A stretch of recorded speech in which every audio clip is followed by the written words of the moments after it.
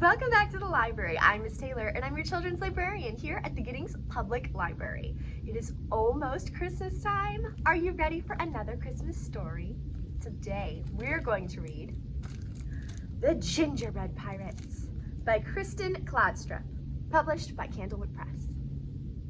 The Gingerbread Pirates. It was Christmas Eve, and Jim and his mother were making gingerbread men.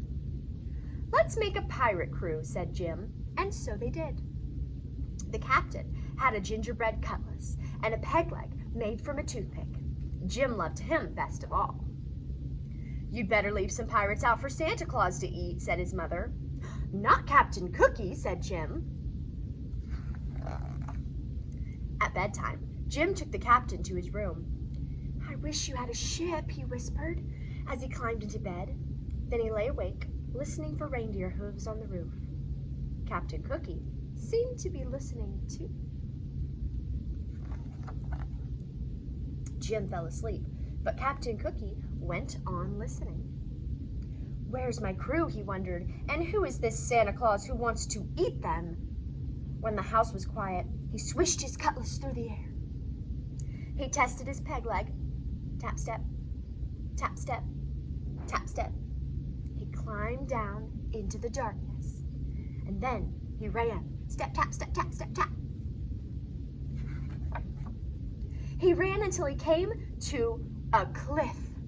He dropped his cutlass over it, then followed. He found his cutlass, and then another cliff. So he did it all again, one cliff after another, until he reached the bottom. Then Captain Cookie had a shock. A mouse was nibbling on his cutlass. "Why, it's half gone!" cried the captain. He grabbed his cutlass and slashed at the air. "Oh, it's ruined," he moaned, and off he went. Stomp tap, stomp tap, stomp tap. "Merry Christmas!" called the mouse. "Christmas? What is this?" thought the captain. Then he turned a corner and saw something that astonished him. A huge tree with stars in its branches. "Ahoy there!" called a voice.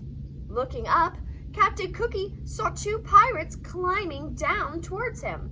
"My crew," he thought. The two men, Wavy and Dots by name, dropped to the ground. They jumped right up, but the captain saw that Dots had broken his hand. No cutlass and now a wounded man, he thought. Just then there was a thump and a scrape. A black cloud puffed towards them. "Run!" shouted the captain. They ran until they had to stop for breath. "Who is that?" asked Dots. "Must be that cannibal Santa Claus," said Captain Cookie. "We got to get out of here before he eats us." "Where's the rest of the crew?" "Up on that cliff, I think," said Wavy. "Start climbing, men," said the captain. Up they went. "They're in jail!" cried Dots. When they reached the top, "Save us!" cried the pirates. Wavy and Dots kicked at the prison walls. They tried in vain to move the roof. "What about a rope and pulley from the ship?" said Wavy. "What about the ship's cannon?" said Dots. "There is no ship," said the captain. Then he noticed a strange look on Wavy's face, and he whirled around, and what he saw made him wish for his cutlass. A gigantic man was leaning over them. "Young Jim always leaves cookies for me," he said, "but the plate was empty, so I came in here." "Look out, boys," ordered the captain. The big man lifted the prison roof and peered in. "Don't you eat my crew," shouted the captain, raising his fists. The big man blinked. "This is your crew," he said. "Yes," said the captain, "and who are you?" "I am Santa Claus, and I swear by my sleigh I won't eat your men." "Sleigh? What's that? Some kind of ship?" "That's right." "Swears by a ship. Can't be all bad," thought the captain. Still, he was suspicious. "What are you doing here?" he asked. "Why, it's Christmas." "Christmas?" said Captain Cookie. "I wish somebody would tell me what that is." Santa Claus laughed. "Follow me," he said, "and I'll show you a bit of Christmas."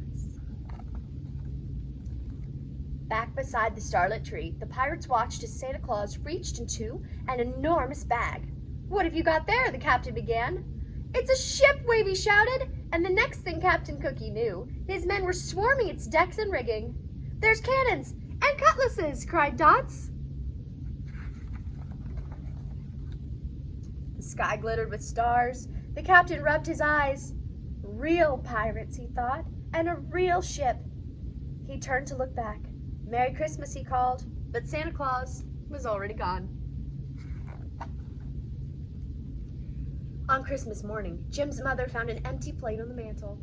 "Looks like Santa Claus found the gingerbread men," she said. But Jim was admiring his presents. His favorite was the pirate ship and its pirate crew. The captain had a cutlass and a peg leg, and Jim loved him best of all. I love the kindness of Santa Claus to the little confused gingerbread pirates in the story. Who can you be kind to today to spread a little bit of Christmas magic? I'll see you right back here tomorrow on Christmas Eve for another Christmas story.